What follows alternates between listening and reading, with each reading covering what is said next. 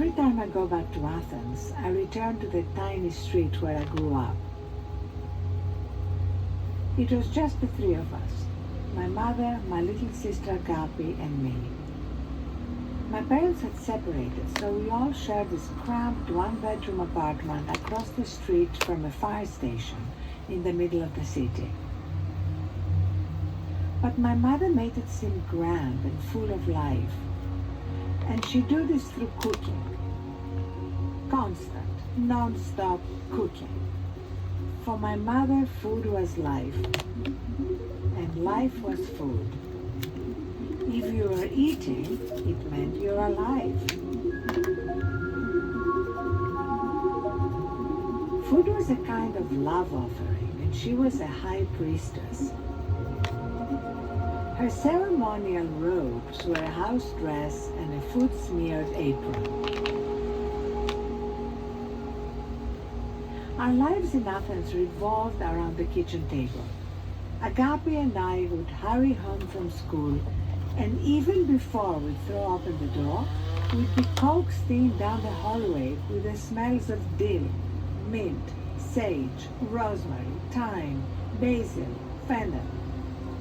These smells were her emissaries. She sent them to greet us even before she could emerge from the kitchen and give us a hug. With her cooking, she created a microclimate of her own that paid no mind to the outside world. Then we'd throw down our school bags and descend on the kitchen table. We'd sit at the table for hours, eating, talking, doing homework, talking over problems from school, problems from life, and eating some more. And then finally my mother would bring out the thing we loved the most, walnuts and honey. That's how we'd end each meal, drunk on Greek honey. From your own childhood, is there a dish or type of food that particularly evokes good memories for you? Take a moment to bring it to mind and feel free to smile.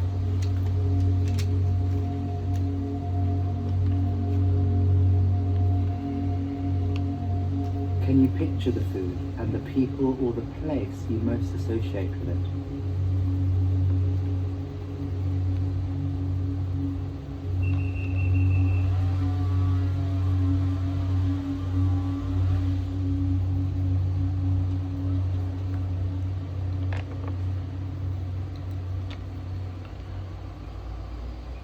I remember one particular day, I see a magazine on my way home from school. The cover is a photo of Cambridge University in England. Now, I'd never been to England. In fact, I'd never been anywhere outside of Greece. But that photo catches my eye. It stops me. I get home, fly through the doorway to be greeted by the aroma of my favorite dish, artichokes in a creamy dill sauce. There are other assorted dishes there too, spanakopita, hummus, eggplants. Those were always around. They got changed regularly, but you never really saw it. They were just always there. So I run in, throw my bag down, open the magazine and spread it out on the table. "Mommy, look at this." "What is it, honey?" she says. "It's Cambridge," I say. "It's in England." "I know that," my mother replies, "but why are you showing it to me?" "Because I want to go there." "You mean you want to visit there?" "No, I want to go to university there. I love it, and that's where I want to go to school." I'm probably more surprised than my mother to hear this come out of my mouth. The photo had touched something deep inside me, something I hadn't really articulated to myself at the time. It was the desire to open up new possibilities and above all to learn. I loved school and I loved learning about languages, about history, about other places. Learning for me was what food was for my mother. To learn is to be alive. And Cambridge seemed like the center of the learning universe. By the time I make my proclamation, I can't imagine wanting to be anywhere else in the world, even if it means leaving this love-filled room and the very table I put the magazine down on. So I look up at my mother, not knowing what she's going to say. She'd never been anything but supportive, but what I just said was ridiculous. Teenagers want a lot of things they can't have. But instead, my mother says, "That's amazing, it looks beautiful. Let's see how we can get you there." I'm stunned. Not because of her positive reaction, I should never have expected anything else, but because her taking the idea seriously stopped my giddy reverie and brought me back down to earth, back to our tiny apartment in Athens. Now, there was one problem with going to university in England. I didn't speak English. "No problem," my mother says. "I'm sure you can learn English quickly." "Really?" I say. I'm amazed, not just by her confidence in my learning English, but by her confidence in the whole thing, the whole crazy idea. "Sure, maybe we can go visit just to see what it's like. I'll see if I can get us some cheap tickets." It's probably a good thing that neither of us had any clue just how incredibly difficult it was going to be. That's what her wall of unconditional love and support and optimism and artichokes and spanakopita did. It created an insulating barrier between me and the harsh outside world. A little hothouse where my naive dare could slowly metamorphosize into something resembling confidence. Every day for the next several weeks, my mother did research. She never went to college, but she had street smarts. She never doubted that she could figure something out and make it happen through sheer determination. At every meal, she would give us updates on what she found out. "So, in order for you to get into Cambridge, you first have to take something called the General Certificates of Education. Then you have to take a special entrance exam and then a verbal exam." "Wow," I remember saying, "that seems like a lot. How are we ever going to do all that?" "Well, I also found out you can take your General Certificates of Education through the British Council." "But I still don't speak English," I say.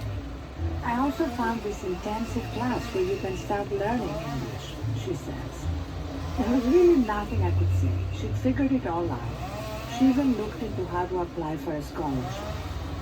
Sure, it was all daunting and there was a lot of red tape and forms to fill out, but my mother could turn anything into a big adventure. My first step into the world outside of Greece was no exception. But the most important thing my mother did for me wasn't all that mattered. It made it easier for me to succeed. There was no plan B lurking on the edge of my consciousness, distracting me, calling to me, because life and love and the moment were plan A, and we'd always have those, and so why would you ever need anything else? So then it came time to visit Cambridge. My mother got us both tickets. Of course, she wheedled some cheap seats somehow, and I remember those seats because they did not recline at all. I'd never flown before, but it was fine because who knows, maybe Cambridge required extra rigid posture to keep our minds properly attuned. From the airport, we went straight to London. Of course, it was pouring rain. From there, we took the train to go to Cambridge. It continued to pour all the way. To the locals, it was probably a grey, dreary day, but to me it seemed lush and sultry and green. Can you picture the scene? A young Ariana seeing through the greyness of the English weather, her mind full of wonder and delight as she explores this famous old university with its striking architecture and inviting lawns.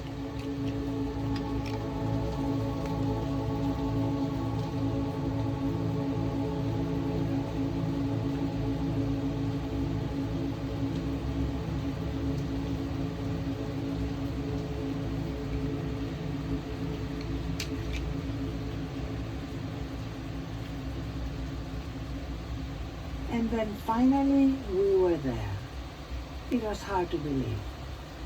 In most cases, as I've learned, A place rarely lives up to what it looks like in a travel brochure. So even on this wet, grey day, it was so much more vivid than I'd imagined.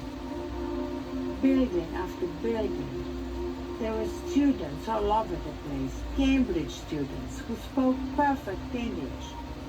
It was thrilling, but also intimidating, which my mother sensed. Well, here we are, she says, as if we just arrived at our local grocery store. Let's go. The day itself was a bit of a blur. Even though I wanted to major in economics, we didn't go visit the economics department. Nor did we go to the admissions office, which might have been the obvious thing to do. We didn't even talk to anybody. We just walked around Cambridge all day.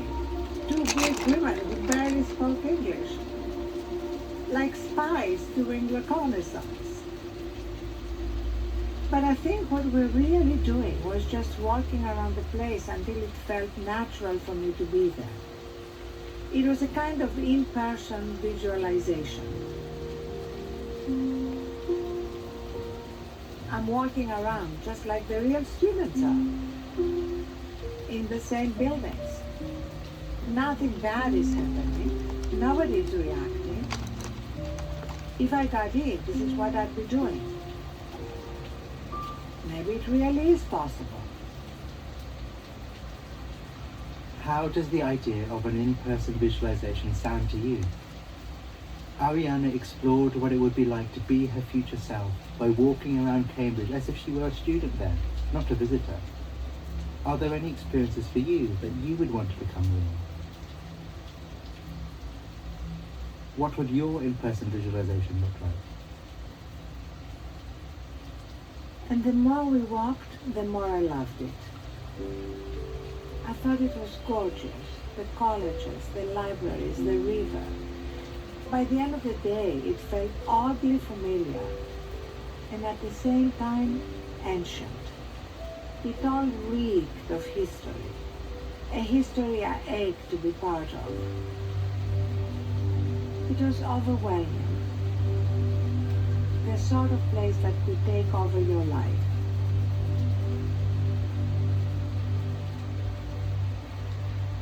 Then we took the train back to London, went straight to the airport and took the flight back to Athens. Our seats reclined this time. Did they know I'd been to Cambridge? Reclining seats seemed like something that would be normal for Cambridge students. Maybe it was a cosmic message of some kind. On the way back, we hatched the final part of our plan, or at least my mother did. The plan was that I would come back to London after taking my general certificates of education to prepare for my entrance exam and continue to study English around people who actually spoke English. And after all that was done and the entrance exams were taken, there wasn't much left to do but wait. But I wasn't riddled with anxiety. And that was because of my mother. Life was still going on and would go on one way or another. We weren't waiting for life to begin. This was life. And then the day came. A telegram arrived. It is waiting for me when I get home from school. My mother had put it on the table and motioned to it nonchalantly. I tear it open, accepted, and granted an exhibition, which is a form of scholarship. I got in. I can't believe it. It's just a piece of paper, but it seems more unreal than our actual visit had been. My mother smiles and then hugs me. But she isn't jumping up and down as I am inside. Just as she wouldn't love me any less if I'd gotten rejected, she also couldn't love me more just because I'd gotten accepted. That's what allowed me to reach what really should have been an unattainable goal. It wasn't a journey filled with anxiety and fear. It was an adventure. One always served like your favorite dish with unconditional love.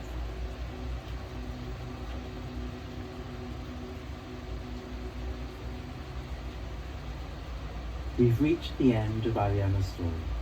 In just a moment, I'll guide you through a closing meditation. After that, I'll share a micro step that you can take into your day, inspired by the culture of mindfulness that our sponsor, Sales